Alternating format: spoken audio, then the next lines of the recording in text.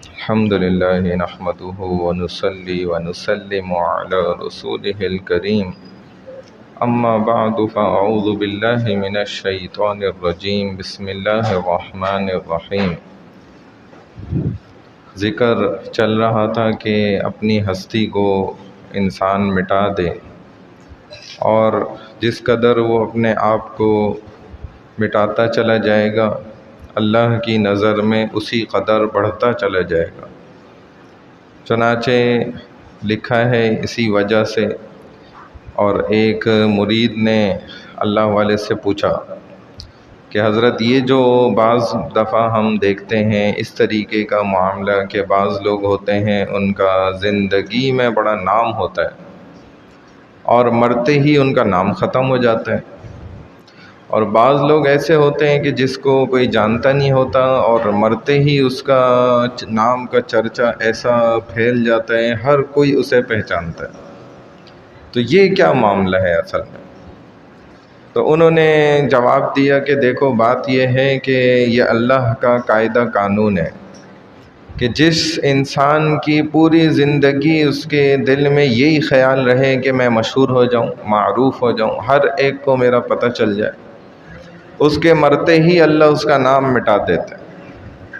اور جس کی زندگی اس بات میں گزرتی ہے کہ میں کسی کو پتہ نہ چل پاؤں، چھپا رہوں، چنانچہ مرتے ہی اللہ لوگوں کے دلوں میں اس کے محبت کو، اس کے نام کو زندہ کر دیتے۔ یہ اللہ کا قاعدہ قانون ہے۔ چنانچہ آپ جانتے ہیں کہ صحابہ وہ لوگ تھے ماشاءاللہ کہ جو اپنے جسم کی بھی زکوٰۃ ادا کرتے تھے۔ ایک تو ہوتی ہے نا مال کی زکوٰۃ ادا کرنا، پیسے کی زکوٰۃ، ایک وہ سمجھتے تھے کہ ہمارے جسم جو صحت مند ہے نا اس کی بھی زکوٰۃ کیا ہے کہ جو لوگ ایسے ہیں اپاہج قسم کے یا بوڑھے قسم کے اور جو اپنی خدمت نہیں کر پاتے اپنی زندگی کی بنیادی چیزوں کو پورا کرنے، ان کی ہم نے خدمت کرنی، یہ ہمارے جسموں کی زکوٰۃ ہے۔ چنانچہ صحابہ تو اور ہر کسی کو نہ بھی جانتے ہوں تو اس کی مدد کرتے تھے، اور ایک زمانہ ایسا رہا ہے کہ لوگ خدمت کرنے کے اتنے زیادہ شوقین اور عادی ہوا کرتے تھے، بلکہ ایک اللہ والے تھے جن پر اسی وجہ سے نقشبندیہ سلسلے کے تمام بزرگوں کا اتفاق ہے کہ ان پر سب سے زیادہ یہ نسبت اللہ نے کیوں کھولی تھی کہ کہتے ہیں کہ انہوں نے خارشی کتے کی خدمت کی تھی۔ خارشی کتا تھا جس کو خارش لگی ہوئی تھی، اور وہ جو تھوڑا بہت کماتے تھے اس سے اپنی روزی روٹی کا بسر کا انتظام کرتے تھے، بقیہ مال سے پیسے سے وہ اس خارشی کتے کے لیے کھانا خرید کے لا کے اس کو کھلاتے تھے اور اس کی دوائی کرتے تھے۔ کہتے ہیں جب دوائی کرتے کرتے ایک دن آ گیا وہ بالکل صحت مند ہو گیا، تو اللہ نے خارشی کتے کی خدمت کرنے پہ اس اللہ والے پر اتنا زبردست جو ہے نا اپنی ذات کو کھول دیا۔ تو اس لائن کے سارے بزرگ فرمایا کرتے تھے کہ یہ ایک خارشی کتے کی خدمت کر کے دیکھو اللہ نے ان کو کیا مقام دے دیا، کہ کیسا ان پر یہ راستہ کھل گیا۔ تو صحابہ کے اندر یہی جذبہ ہوتا تھا، باقاعدہ ایک لسٹ بنی ہوئی ہوتی تھی اور اس کے اندر جس کی خدمت کی جا رہی ہے اس کا نام ہوتا تھا، جو خدمت کرنے والا ہے اس کا نام ہوتا تھا۔ عمر رضی اللہ تعالیٰ عنہ نے اس لسٹ کو پورا چیک کیا اوپر سے نیچے تک، تو کئی نام ان کو مل گئے، لیکن بعض نام ایسے تھے کہ یہ بڑھیا عورت ہے، یہ فلانا شخص ہے، یہ فلانا ہے، اس کے آگے خدمت کرنے والے کا نام ہی نہیں موجود۔ اب انہوں نے ارادہ کیا کہ بھائی یہ کیا بات ہو گئی، یہ کیسا خدمت کرنے والا انسان ہے جس کا نام ہی یہاں نہیں ہے، اتنا اپنی اس نے ذات کو چھپایا ہوا ہے۔ چنانچہ انہوں نے ارادہ کیا اور رات میں جو ہے نا اس بڑھیا کے یہاں پہنچ گئے۔ معلوم کیا بھائی بتائیں ذرا آپ کے پاس کون خدمت کرنے آتا ہے، اس کا نام بتائیں۔ انہوں نے کہا مجھے نام تو کوئی نہیں پتہ، نہ کبھی میں نے پوچھا نہ کبھی اس نے بتایا۔ کہا اچھا وہ آج تو خدمت کر کے جا چکا ہے، چلیں ٹھیک ہے صحیح ہے، چلے گئے۔ اگلے دن تہجد کے فوراً وقت آ گئے، پھر معلوم کیا کہ بھائی، تو کہا وہ تو خدمت کر کے جا چکا ہے۔ اچھا تو ان کا کوئی حلیہ تو بتا دیں، آپ نے شکل صورت تو دیکھی ہوگی۔ کہتی ہیں بھائی جب وہ آتا ہے تو دستک دیتا ہے، کہتا ہے میں خدمت کرنے آ گیا، آپ پردہ کر لیں۔ میں اندر چلی جاتی ہوں، وہ خدمت کرتا رہتا ہے، جب وہ جانے لگتا ہے پھر کھٹکھٹا دیتا ہے، بھائی میں جا رہا ہوں، اب پردہ ختم، چلا جاتا ہے۔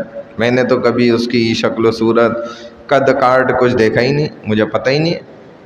کہتے ہیں پھر حضرت عمر رضی اللہ تعالیٰ عنہ عشاء پڑھتے ہی پہنچ گئے، اور دھاک میں نہ چھپ کر اسی جگہ نا ان کے دروازے سے تھوڑا فاصلے پر چھپ کے بیٹھ گئے۔ اب جب رات گہری ہو گئی نا تو ایک شخص آیا، اور جس کے قدموں کی بالکل بھی آہٹ نہیں تھی، تو دیکھتے ہی یہ فوراً نکل آئے اور کہا کہ بھائی من انت، کون ہو تم؟ تو اب وہ آواز جیسے ہی ان کی جواب کے لیے نکلی تو وہ ابو بکر کی آواز تھی رضی اللہ عنہ۔ تو فرمایا کہ بھائی میں ابو بکر ہوں۔ تو کہنے لگی امیر المؤمنین، آپ نے پیروں میں جوتے بھی نہیں پہنے ہوئے، یہ کیا بات ہوئی؟ تو کیا آپ کے پاس جوتا نہیں تھا یا آپ گھر میں اتار کے آ گئے؟ تو کہا عمر بات یہ ہے کہ یہ انسانوں کے ابھی آرام کا وقت ہے، اور میرے جوتوں کی آواز سے ان کو پریشانی ہو جائے، اس وجہ سے میں جوتے چھوڑ کر آیا۔ تو یہ حال تھا، ایسے خدمت کرتے تھے، پوری خدمت بھی کرتے تھے اور اپنے آپ کو چھپا کے بھی رکھتے تھے کہ بھائی میں یہ نیک عمل کر رہا ہوں نہیں کر رہا ہوں، چھپاتے تھے۔ یہ ہمارے بڑوں کی عادت تھی۔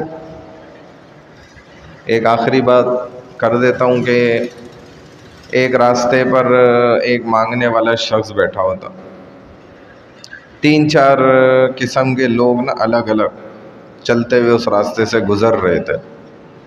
جب پہلا شخص گزرا، اس نے اس کو دیکھا بڑے غور سے کہ یہ تو بڑا نیک معلوم ہو رہا ہے، کوئی اللہ کی بہت بڑی ہستی معلوم ہو رہی ہے، بڑے نیک نظر آ رہے ہیں، ان کے چہرے سے ہی پتہ چل رہا ہے۔